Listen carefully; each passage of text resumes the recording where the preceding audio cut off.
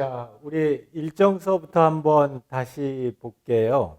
일정에 대해서 처음 다시 보면은 다음 장으로 넘어갈게요.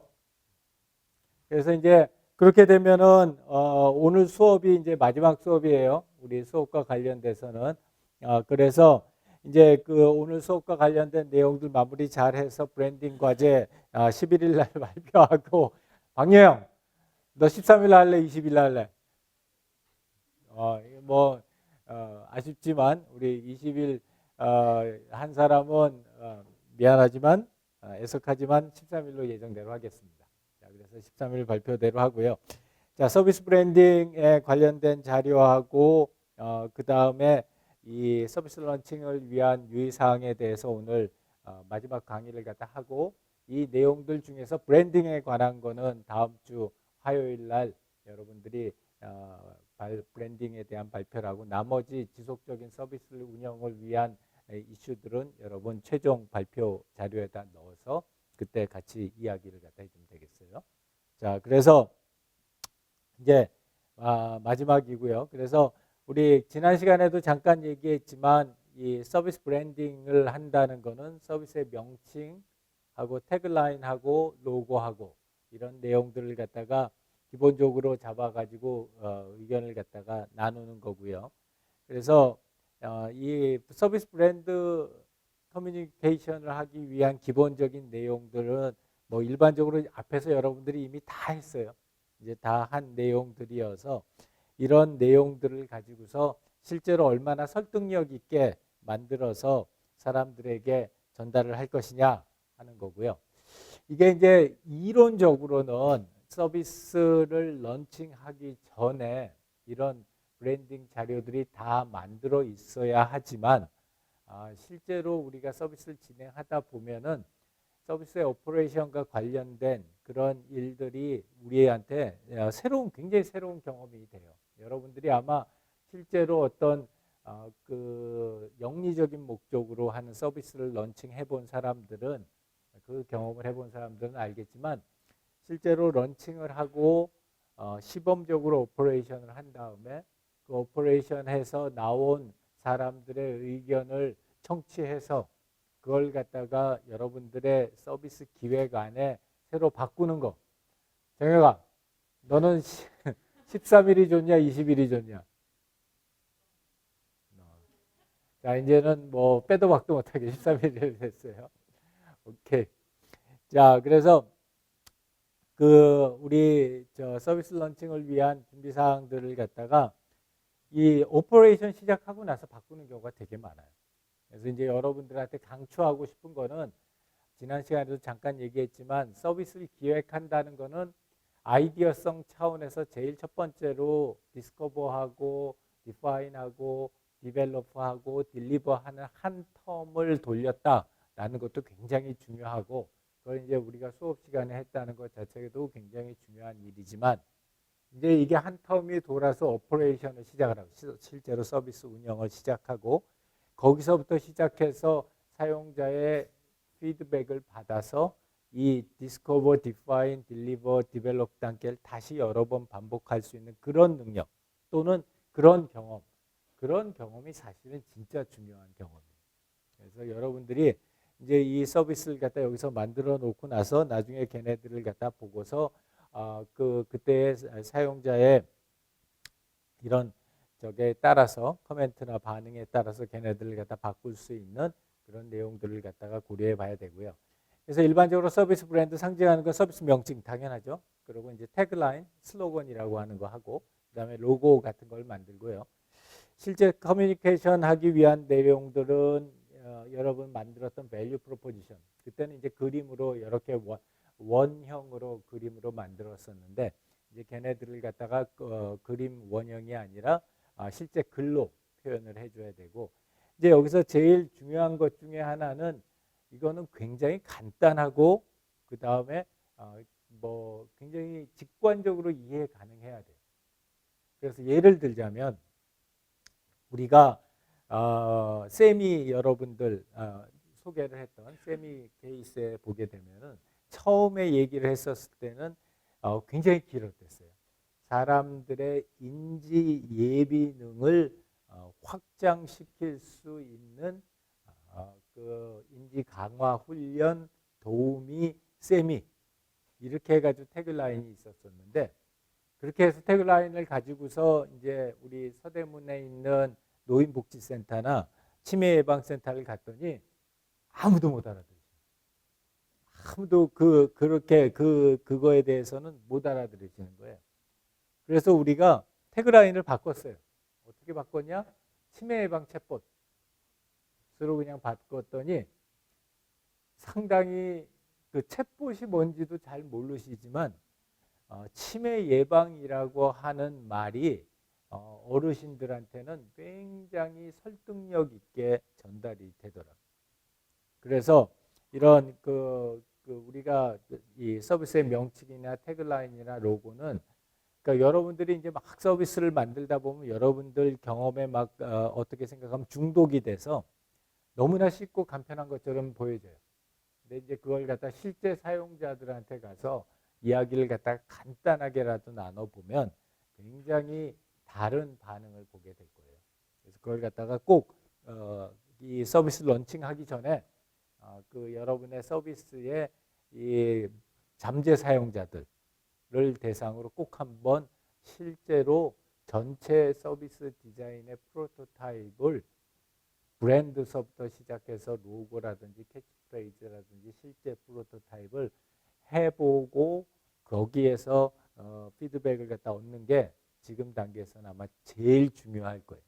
그래서 여러분들이 이제 13일 날 최종 발표하기 전에 그 혹시 시간이 되고 여력이 된다면 한 명이어도 좋으니까 그 실제 여러분들의 서비스의 그 브랜드나 프로토타입을 갖다 실제로 사용해 보고 그분들의 피드백을 얻을 수 있으면 굉장히 구체적인 그런 디멘션을 갖다 만들어낼 수 있을 거예요. 자, 그래서 이제 그런 서비스가 뭐다, 그리고 서비스가 무엇을 제공하고 어떻게 제공한다라는 거에 대한 간단 명료한 설명이 필요하고요. 그 다음에 가급적이면은 이건 이제 거의 예술에 가까운 얘기인데 이 사용자들한테 감각적인 요소를 적재적소에 배치하는 것, 그렇게 하는 것도 상당히 중요한 그런 이슈가 돼요. 이제 특히 비주얼한 게 이제 이때서부터는 서비스라고 할지라도 그 서비스의 특성을 사용자에게 정확하게 전달하기 위해서는 비주얼한 측면이 굉장히 중요한 역할을 해요. 심지어는 이런 글과 말로 서비스를 제공하는 경우에도 그것이 가지고 있는 베네핏을 비주얼한 모습으로 전달해 주는 게 여러분들 서비스의 밸류를 갖다가 사용자한테 납득시키는데 큰 도움이 돼요. 근데 이제 이 부분은 좀 디자인적인 감각이라든지 프로페셔널한 트레이닝을 받는다든지 그런 사람들이 조금 필요해요. 그래서 이제 여러분 팀에서 디자인 백그라운드를 가지고 있는 사람이 대부분 팀에 있으니까 그 디자인 백그라운드 가지고 있는 사람들의 도움을 좀 많이 받았으면 좋겠고, 혹시 그게 어려우게 되면은 그 우리 기존에 있었던 다른 유사한 서비스들, 아직은 우리가 실제 런칭한 건 아니니까 기존에 있었던 유사한 서비스들 보면서 이런 비주얼한 측면 어떻게 가지고 갔나 갖다 확인 또는 참조하면은 좋을 것 같고요. 특히 그 이제 여러분들은 어떻게 생각하면은 아주 작은 한 스타트업 팀인 거예요. 지금 서비스를 갖다가 프로바이딩하는. 그렇기 때문에 제일 중요한 것 중에 하나는, 내 경험상으로 보면은 제일 중요한 것 중에 하나는 그 스타트업 팀의 어떤 팀 스피릿 이런 게 표시될 수 있으면 참 좋겠다 하는 생각이 들어요.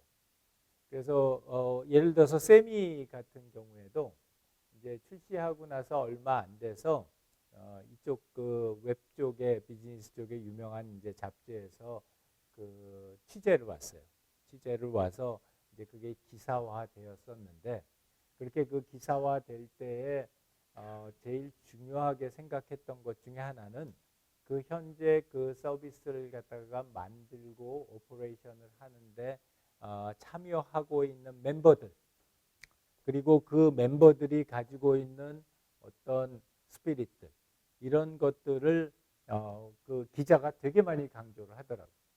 그래서 그 기자가 와서 강조하는 그런 점들을 보게 되면은 물론 서비스 그 자체에 대한 어떤 메리트나 이런 것도 굉장히 중요하겠지만 그 서비스를 제안하고 오퍼레이션 하는 사람들이 어떤 사람들이다 하는 거에 대한 그런 어떤 뭐라 그럴까요? 스피릿을 갖다 전달할 수 있는 게 굉장히 중요해요. 그래서 여러분들 이제 최종 발표 때는 여러분들 팀 멤버들이 어떠한 생각을 가지고 어떤 각오를 가지고 또는 어떤 열의를 가지고 이 프로젝트에 임했고 그리고 그게 이 프로젝트의 결과물에 어떻게 반영됐다 하는 거를 실제 여러분들의 최종 발표 자료에 넣을 수 있으면 좋겠다 싶어요.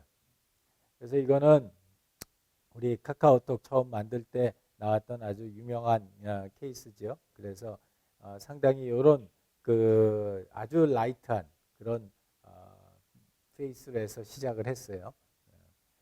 그 다음에 이거는 기존에 있었던 팀의 케이스고요. 이것도 기존에 있었던 팀의 케이스에 브랜딩 했던 거고 이것도 역시 마찬가지로 기존에 있었던 팀 자료들이에요.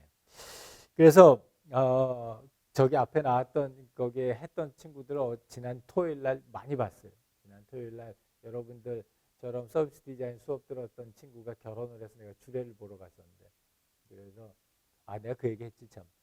이 클래스에서 저 새겨가지고 결혼하면 내 주례 공짜로 봐준다. 근데 요새는 보니까 주례가 있으면 좀 촌스러운 것 같더라고요.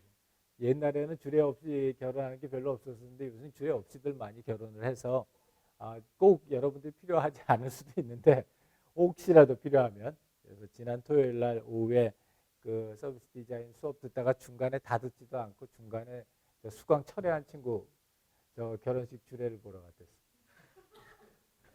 그 친구 왜 철회했냐면 사업을 워낙 크게 잘 됐어. 수업하다가 너무 사업이 잘 돼서 그래가지고 중간에 수업 나올 시간이 도저히 없는 거야. 그런 친구가 2명 있었는데 한 명은 여자친구였고 한 명은 남자친구였는데 둘 다 지금 엄청나게 컸어요. 회사가. 아마 여러분들 누구다 그러면 대충 알 텐데 근데 이게 프라이버시에 관한 내용에서 수업 중간에 수강 철회했다고 저 비디오에 찍히면 안 되잖아. 비디오 끄고 할까? 아니다. 하여튼 그래요. 그래서 이 실제 내용들을 갖다 이렇게 보게 되면은 그런 팀 스피릿이라든지 또 여러분들 기존에 있었던 만들어낸 이런 자료들이 의외로 굉장히 참신하고 강력해요.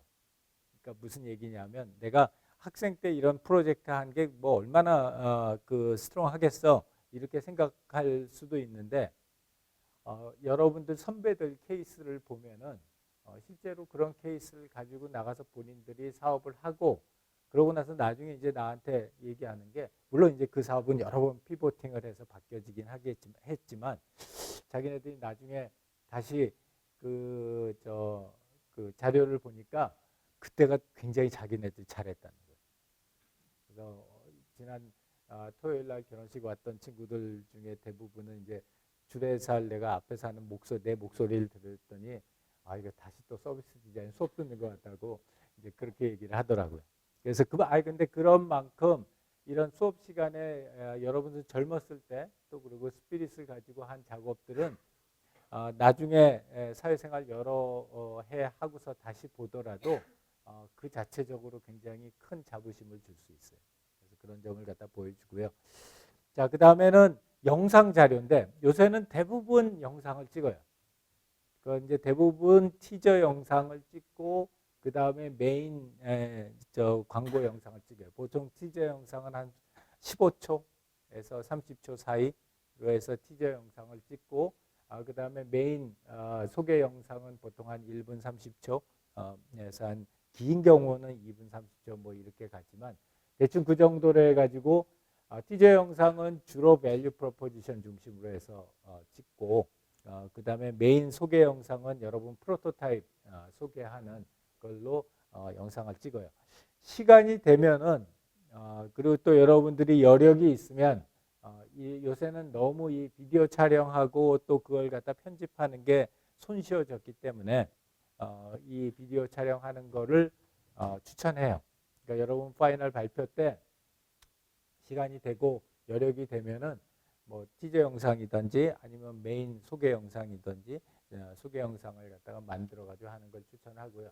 대부분 프로토타입 만들면 최종 발표 때 대부분 뻑이 나서 안 돌아가요.